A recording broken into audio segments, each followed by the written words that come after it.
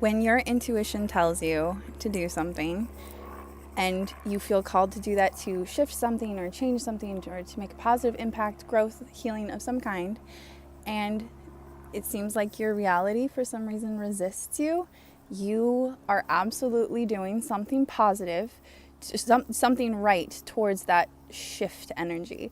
That's why you feel the resistance, because you're trying to change tracks of like directions. Anyway, that being said, that's why this has been so hard to get out, I have a feeling.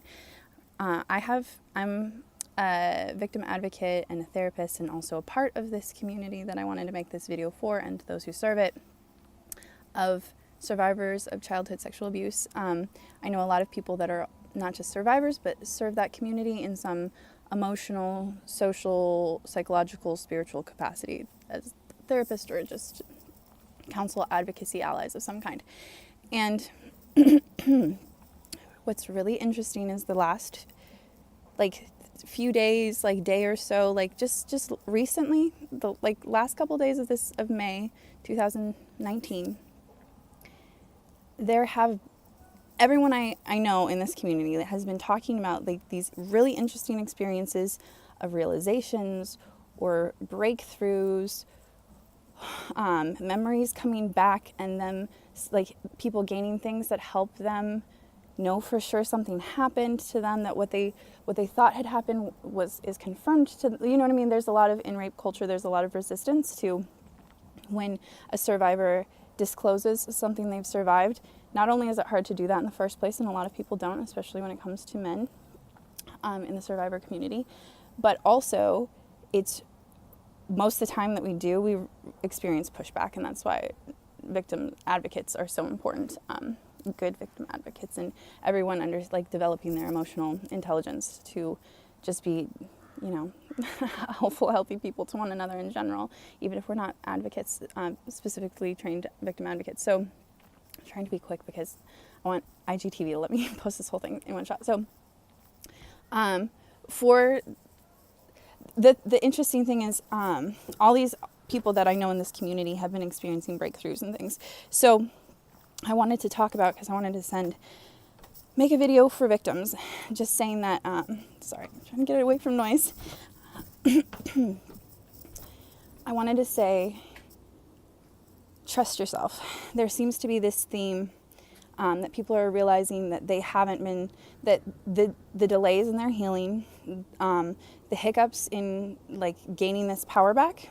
This is a really important power that has been missing in humanity and has been broken, and this missing power has been plaguing us for generations. This is a generational curse. This is a really long-standing problem that we've had for a very, very long time.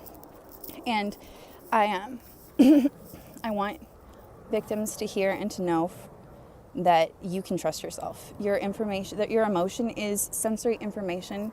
It's not nonsense. It's not chaos. It's not craziness in your mind. What you feel is actual factual sensory information.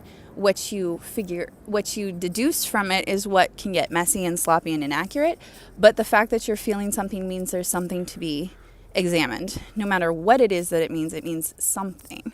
So you can trust your intuition more than you think. That is part of rape culture. So what victim advocates learn is that we have an entire culture that tends to not trust emotional information, does not trust the right brain itself, does not trust emotional intelligence, and does not put enough import into that the entire concept of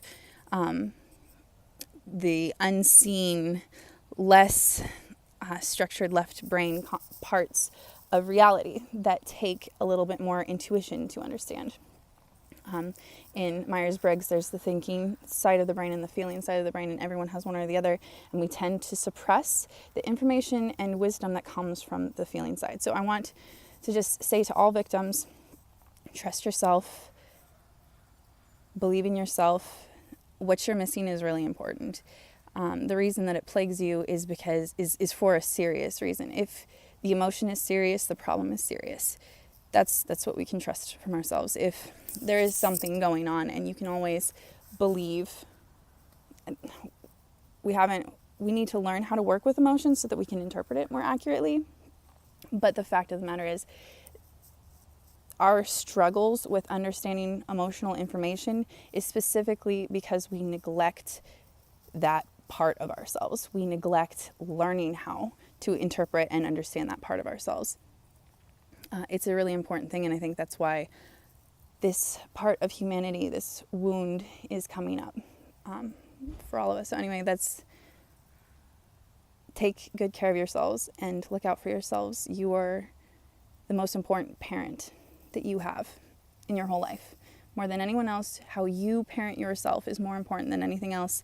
And anything anyone has parented you on, you can fix it. You can change it, and you can parent yourself differently. If you can go back and find the part of you that was wounded, the part of you that was betrayed, and every way that it was betrayed, you can parent that self. You don't need anybody else's parenting. You are enough. You are more wise than you need. You have more wisdom. You have more understanding of yourself. You have more empathy. You have everything that you need to heal yourself and parent yourself and get your power back. And you deserve it. And it's your birthright to have sovereignty and to be sovereign. So I just wanted to give everyone that blessing, speak that over you, encourage you all to love yourselves. We learn empathy and we become so powerful in this world as social beings, understanding the power that we have as ourselves and in our connection to one another when we first empathize with ourselves. So do that work first, and everything it unlocks, everything is the key. So anyway, I love you guys so much.